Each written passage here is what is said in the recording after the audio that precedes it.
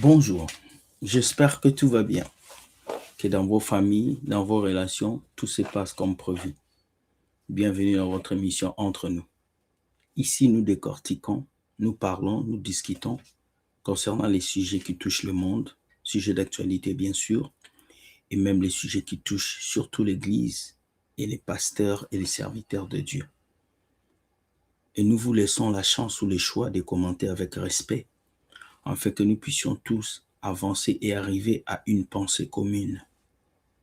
Pour commencer, je vous dis générique. Merci. Alors, commençons avec cette.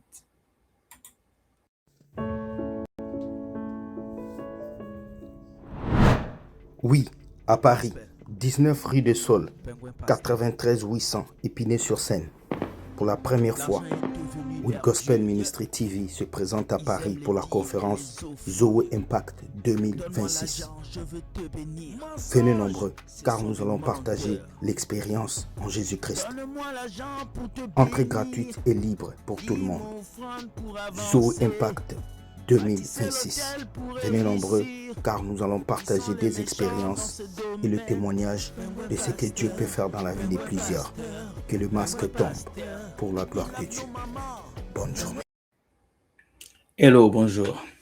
Comme vous avez vu, nous avons une conférence en France, à la rue 19 rue de Sol, 93 800, Épinay-sur-Seine. Notre conférence aura lieu le 22 août 2026 à partir de 9h du matin. Inscrivez-vous par email dans ma boîte email willgospelzelou@gmail.com ou soit venez les jours J pour avoir une place. Nous ne savons pas si nous allons manquer de places. Il nous reste 1 mois et quelques jours pour que nous puissions avoir la conférence. Plus tôt vous vous inscrivez et vous aurez une place. Merci beaucoup de nous faire confiance. Nous commençons avec cette vidéo. Lorsque les recrutements continuent dans les églises et que les chrétiens ne comprennent pas, c'est un problème. Vous savez, beaucoup de gens que vous voyez dans la rue n'évangélisent plus. Ils sont devenus des recruteurs. Des personnes qui sont là pour recruter. Des personnes qui sont là pour augmenter le nombre des fidèles dans les églises. Et c'est ça qui fait mal. C'est pas qu'on cherche à glorifier Dieu, mais on cherche à augmenter le nombre des fidèles pour que le pasteur puisse bien manger, bien vivre et que le peuple de Dieu puisse toujours venir recevoir des promesses. Regardons cette vidéo. Très explicite. J'aime bien ces jeunes qui parlent. Évangéliser uniquement pour le compte de son Église montre notre manque de fardeau pour les âmes. Évangéliser uniquement pour le compte de son Église montre notre manque de fardeau pour les âmes et notre manque de compréhension même de l'Évangile. Souvenons-nous que la bonne nouvelle a été prêchée bien avant la fondation ou la création de l'Église primitive. Voilà. La bonne nouvelle a été créée bien avant la fondation de l'Église primitive. Ça veut dire avant l'Église bâtiment, l'évangélisation, la bonne nouvelle existait. Donc, si toi, tu sors avec ta Bible dans la rue, avec des prospectus pour évangéliser et pousser les gens à venir dans ton église, c'est une fausseté. Désolé. On n'évangélise pas les gens pour les amener dans une église. Non. On évangélise les gens pour leur faire comprendre qui est Jésus-Christ. Et désolé parce que dans cette génération, nous avons perdu cet élan. Les gens sortent pour évangéliser, pour remplir des églises, pour faire la fierté de leurs églises, pour parler de leurs pasteurs, des événements qu'ils organisent entre eux chrétiens. Et ils oublient que ce qui est important, c'est de mettre Jésus dans le cœur des gens. Qu'est-ce que cela veut dire? Cela veut dire que nous devons savoir quoi dire à une âme avant de lui donner l'adresse ou lui montrer l'itinéraire de la salle de notre culte. Avoir comme pensée première ramener 2 ou 3 personnes dans son église le dimanche n'est pas la bonne pensée à avoir. Voilà. Venez à l'église, venez prier, venez avoir une pensée que de ramener des gens à l'église les dimanches n'est pas une bonne pensée. Un vrai chrétien ne se soucie pas de ramener 2 âmes à l'église. Non. Un vrai chrétien se soucie de ramener les gens qui croient en Christ à l'église. et des païens même à l'église. Mais ils ne viennent pas à l'église pour devenir des fidèles des églises. Ils ne viennent pas à l'église pour augmenter les niveaux ou les offrandes. Ils viennent pour recevoir la parole de Dieu. Donc, quand toi, tu vas évangéliser quelqu'un dans le but de l'amener dans ton église, tu as échoué. Tu as totalement échoué. Parce que Jésus ne le faisait pas. Il ne prêchait pas aux gens pour leur dire de venir dans une assemblée. Il les prêchait, il leur faisait connaître le royaume des cieux. Pourquoi? Je vous donne deux raisons. La première est que vous risquez de poser comme fondement et fondation dans le cœur de cette âme votre église qui est imparfaite, parce qu'il n'y a aucune église parfaite. Par conséquent, merci. Ce jeune homme est un pasteur, il est excellent. Parce que lorsque tu viens prêcher une église à quelqu'un, cette personne va voir la pureté de l'église et il va entrer dans une église parce qu'on lui a parlé d'un temple, on ne lui a pas parlé de Jésus. Alors que toute église est imparfaite. Dans toute église, il y a des imperfections. Ne voyez pas les évangéliques là qui vont vous faire comprendre comme si dans leur église, Jésus descend tous les jours. Non. Toute église, il y a des conflits, il y a des problèmes terribles. Donc, il faut faire très attention. c'est quand le jour où cette personne verra les imperfections de cette église, elle créera un compte TikTok et parlera de ce qu'elle a subi. Vous savez de quoi je parle. Et la deuxième raison, c'est que lorsque tu n'arriveras pas à prendre le numéro de téléphone d'une personne pour l'inviter à l'église, tu auras la sensation que ton évangélisation a été un échec. Alors qu'il y a plusieurs types d'évangélisation. Voilà. C'est ça qui fait que moi, j'avais un ami, un frère à moi. Quand il sort évangéliser, il vient et me dit, frère, je n'ai pas pu convaincre les gens. Je n'ai pas pu gagner les gens, mais je ne suis pas bien. Dieu ne sera pas content de moi. Je lui ai dit, frère, non. Toi, tu as parlé sur le Saint-Esprit d'accomplir le travail. Sur le Saint-Esprit.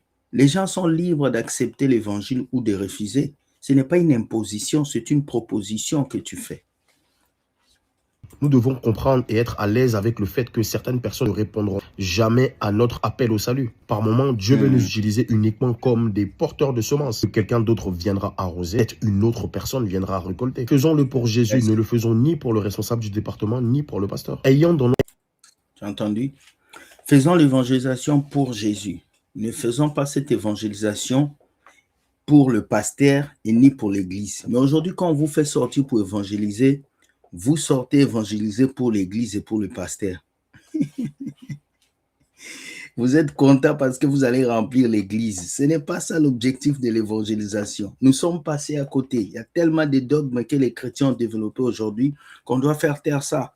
Nous n'allons pas évangéliser pour remplir l'église. Nous allons évangéliser pour parler de Jésus aux gens autour de nous. Et nous ne faisons pas plaisir au pasteur ni à l'église. Nous devons faire plaisir à Dieu. Et ça, beaucoup de chrétiens l'ont oublié. Merci, mon cher jeune homme, de nous rappeler ces choses. Tu es excellent. J'aime ta rationalité. Dans notre esprit, comme pensée principale, présenter Jésus. Nous avons échoué. Si lorsque nous parlons à cette âme dans la rue, on sent qu'elle est émerveillée par la structure, la taille de notre église, plus que par la grandeur du nom de Jésus. C'est ça l'échec d'une évangélisation. Les amis, présentons Jésus, parlons de Jésus, démontrons Jésus. Que Dieu vous bénisse. Extraordinaire. Extraordinaire. Il s'appelle Serviteur Pierre. Serviteur Pierre, là où tu es, je te bénis. Hein, j'aime tes chansons. Il ne m'a pas laissé tomber. J'aime. Tu as dit quelque chose d'extraordinaire. L'évangélisation doit présenter Jésus. Tu ne peux pas présenter ton église, le voyage de ton pasteur. Une fois, j'allais à Montréal, j'étais en pleine rue, et il y a quelqu'un qui évangélisait, m'appelle. Frère, ça va? Oui.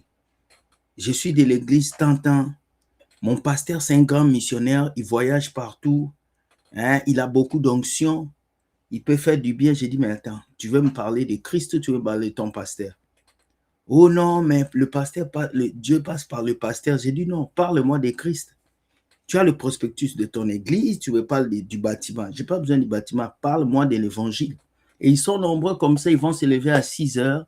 Ils vont commencer à prêcher partout. Répentez-vous. Après, quand tu t'approches, tu prends ton numéro et t'appelles pour le culte du dimanche. Non, la vie chrétienne, ce n'est pas ça. Vous devez changer.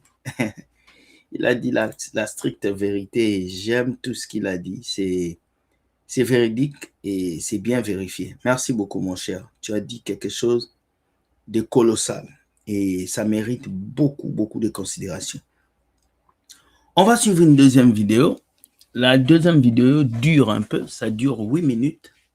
La deuxième vidéo nous parle du don Donne ce qui fait mal à ton cœur. Donne à Dieu ce qui te fait mal. Donne à Dieu ton Isaac.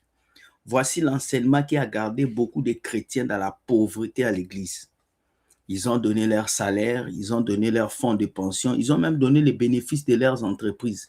Mais jusqu'à aujourd'hui, ils n'ont pas vu Isaac. Alors qu'Abraham n'avait pas donné Isaac. Abraham est rentré avec Isaac, mais vous déposez votre Isaac à l'église. Et Isaac, pour le pasteur, c'est ton argent. C'était bien. Mensonge du siècle présent. Et le prophète qui va parler ici, on l'a chassé par un autre pasteur. Parce que ce pasteur n'était pas content du message que lui prêche. Et c'est à cause de ce message qu'on l'a chassé. Parce que l'autre prophète là-bas, il voulait que ce gars puisse prêcher les offrandes, qu'on puisse dépouiller les gens. Mais lui, quand il a amené cet évangile, l'autre s'est fâché, il l'a chassé. Et je ferai la vidéo là prochainement. Mais écoutons ce que ce prophète dit. Il est irrationnel et j'aime ça. Donne l'offrande qui te fait mal au cœur. Les premiers mauvais enseignements qui détruisent la vie financière des gens dans les églises. Donne ton Isaac, la chose qui te fait mal au cœur. Vous allez me comprendre. Pourquoi beaucoup de personnes ont donné des offrandes qui blessaient, qui déchiraient leur cœur, mais après, vous ne bénéficiez pas de la main de Dieu? Parce que Dieu n'a jamais prévu qu'un homme donne une offrande qui lui fait mal au cœur. Ça là, ça n'a jamais été la volonté de Dieu. À chaque fois que tu donneras un montant et qu'après tu as mal au cœur, tu dois te dire, la douleur que tu ressens là, c'est la chose qui démontre même que dans le monde spirituel, rien ne s'est passé. En réalité, tu as mal du fait que tu as donné ton argent comme un bonus. Abraham n'avait jamais mal au cœur quand il partait offrir Isaac. Lui vous a dit qu'il avait mal au cœur. Il n'avait jamais eu mal au cœur. Et toi qui as donné en ayant mal au cœur, on dit non, prends vraiment tout ce qui te reste. Ça doit vraiment te faire mal au cœur. Mal. Tu viens maintenant, homme de Dieu, c'est tout ce que j'avais. Donne. Quand Dieu te regarde, il dit toi là, tu n'es pas sage, tu n'auras rien. Dans 2 Corinthiens chapitre 9, le verset 7, écoutez très bien ce que la Parle-moi de ça, que parle-moi de chacun ça, donne ouais. comme il a résolu en son cœur, sans tristesse ni contrainte, car Dieu aime celui qui donne avec joie. Ça, c'est la parole de Dieu. Parce que Dieu aime celui qui donne avec joie. Joie. Toi maintenant, le mal là que tu as dans ton cœur là, Dieu n'aime pas celui qui donne en ayant mal au cœur. Merci.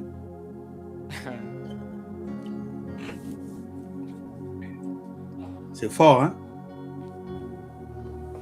Ils vont J'ai pas l'aimer. participé à des moments de prière. On préparait notre mariage. On gardait un peu de poussière, un peu d'argent. L'homme de Dieu est venu. Il donne ce qui te met mal au cœur. Je me rappelle en 2017 ou 2018, je travaillais dans la construction. Vous savez, la construction, ça paye bien au Canada. Et je travaillais dans la construction paye bien. Et je suis allé voir un pasteur parce que je devais passer ma citoyenneté canadienne. Il m'a dit, donne une bonne offrande à Dieu et tu auras ta citoyenneté. Il faut que tu offres à Dieu ton meilleur billet. J'avais des économies, je suis allé, j'ai pris un $1500. J'avais besoin de cet argent, mais j'ai donné. Je suis allé, j'ai passé ma citoyenneté, j'ai échoué. Quand je suis revenu vers le pasteur, j'ai dit non, mais j'ai donné, mais j'ai échoué. Il dit non, tu as mal donné. Peut-être qu'il restait encore un peu d'argent que tu avais gardé comme Ananias et Saphira. Je suis rentré à la maison et commencé à réfléchir. Et j'ai dit, je vais faire l'examen là comme ça. Je suis allé faire mon examen de citoyenneté sans donner quelque chose, sans voir un pasteur. Pense à réussir. Depuis ce jour-là, je ne suis plus jamais allé voir ce pasteur. J'ai compris que ces pasteurs utilisent juste notre situation pour s'enrichir. Ils savaient que même si je ne viens pas lui donner l'argent, j'allais réussir à l'examen parce que j'avais les compétences. Donc, c'est ça le problème avec beaucoup de chrétiens. Vous ignorez vos compétences en croyant que tout est spiritualisé. Il y a des choses que vous devez avoir parce que vous êtes intelligent, pas parce que vous priez beaucoup. Mon ordinateur ne va pas fonctionner parce que je prie beaucoup. C'est parce que j'appuie le bouton on que ça fonctionne. Donc, comprenez totalement ce qu'on s'est dit ici. J'ai écrit un message à ma femme, chérie, on doit sacrifier notre argent. Le prophète a dit. Et pendant ce temps-là, tu as l'impression que si tu ne donnes pas, tu peux mourir pauvre. Hein?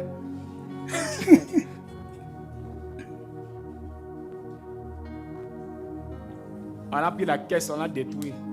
L'offrande qui fait mal au cœur, on est venu avec à l'église. On a même pris l'huile, reçois la grâce, je suis même tombé. Après, mariage reporté. Je crois, j'ai la foi. Il est fidèle, il n'est pas un homme pour se repentir. Dieu, il ne reconnaît pas cette offrande-là que tu fais en ayant mal au cœur. C'est clair, merci mon frère. Écoutez, peuple de Dieu, je vous ai dit, donner à Dieu, c'est l'une des choses qui attire les bénédictions financières. Et le diable s'est organisé pour qu'il y ait un type de message. Ok, donner à Dieu, c'est quelque chose qui ouvre les portes financières. Je ne pense pas. On ne donne pas à Dieu. On donne aux hommes. Parce que Dieu ne mange pas l'argent que tu donnes.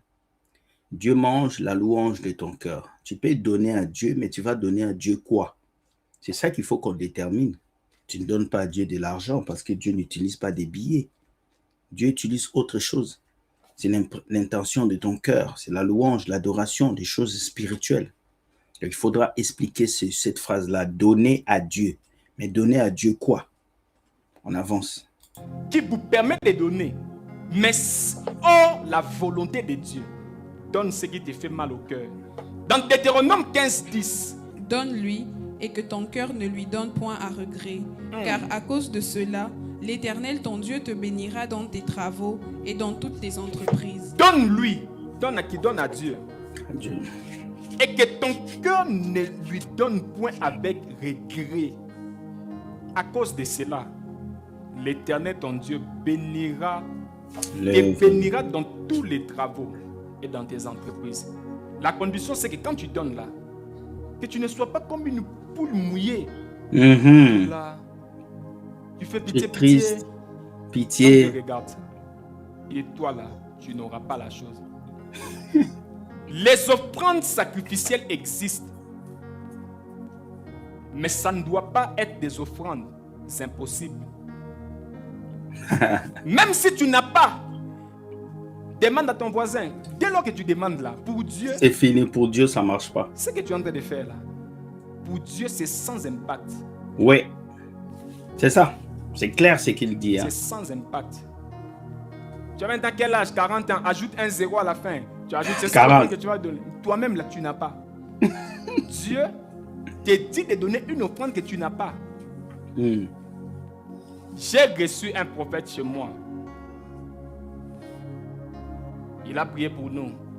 Puis Dieu a dit, donne une offrande de 3 chiffres. J'ai dit, de 3 chiffres. Mais le premier chiffre doit commencer par 5. Ah. Regardez des choses pareilles. Et moi, je n'avais pas. J'ai trouvé un verset. Dans 2 Corinthiens 8:12.